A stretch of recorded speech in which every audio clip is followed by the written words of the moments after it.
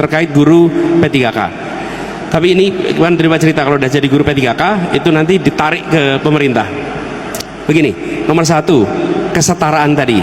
Ke depan sekolah-sekolah swasta, universitas-universitas swasta, menurut kami harus dibebaskan dari PBB atas tanah mereka. Nol. Harus nol. Kenapa?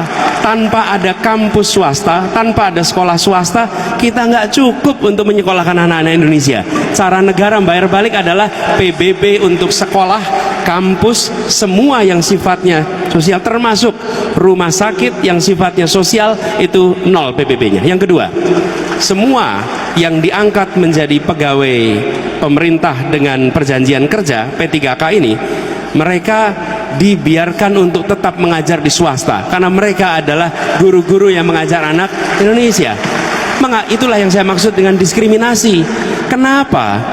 Kalau mereka menjadi guru di swasta, seakan-akan ini biar bukan Indonesia, harus dikembalikan ke pemerintah untuk menjadi Indonesia. Tidak, dia bisa di swasta dan negara tetap bisa menghargai mereka. Karena udah investasinya swasta, yang sudah mendidik, yang sudah menjadikan mereka dokter, tahu-tahu dipindah oleh negara. Justrunya harus dibalik, negara harus investasi kepada dosen dan guru swasta supaya mereka bisa mendapatkan pendidikan yang lebih tinggi. Jadi diubah tuh cara pandangnya. Lalu banyak sekali perguruan swasta, mengapa mahal? Karena mereka harus mengakuisisi tanah, harus beli tanah, dan tanah itu selalu komponen termahal. Betul tidak Pak Rektor? Semua sekolah swasta biaya paling besar apa? Tanah. Jadi kami ke depan ingin tanah-tanah negara bisa dimanfaatkan oleh swasta, selama itu dipakai untuk pendidikan, kesehatan, dan kegiatan sosial. Kenapa? Loh, apalagi seperti Nahdlatul Ulama, Muhammadiyah, sudah mendidik bangsa Indonesia sebelum negeri ini ada. Kenapa sesudah ada negara justru berbalik? Kita ini pelit sama rakyat kita sendiri, kita ini pelit sama swasta kita sendiri. Mereka mendidik anak-anak kita, bukan mendidik orang asing.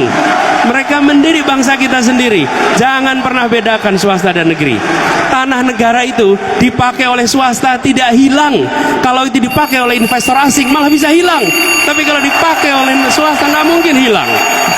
Jadi bayangkan kalau sekolah pendidikan kelas seluruh Indonesia tidak terbebani oleh belanja tanah di awal, maka SPP-nya akan murah, biaya sekolahnya akan murah. Itu dirasakan oleh seluruh keluarga-keluarga kita di Indonesia. Baik. Jadi kita ingin mengubah itu Pak, sehingga negara itu hadir bukan hanya dengan bantuan secara fiskal, tapi negara hadir mengurangi biaya-biaya yang harus dikeluarkan oleh perguruan swasta, TK, SD, SMP, SMA sampai kuliah, sehingga mereka bisa mengurangi beban untuk keluarga-keluarga kita di Indonesia. Baik, terima kasih. Terima kasih Mas Anies.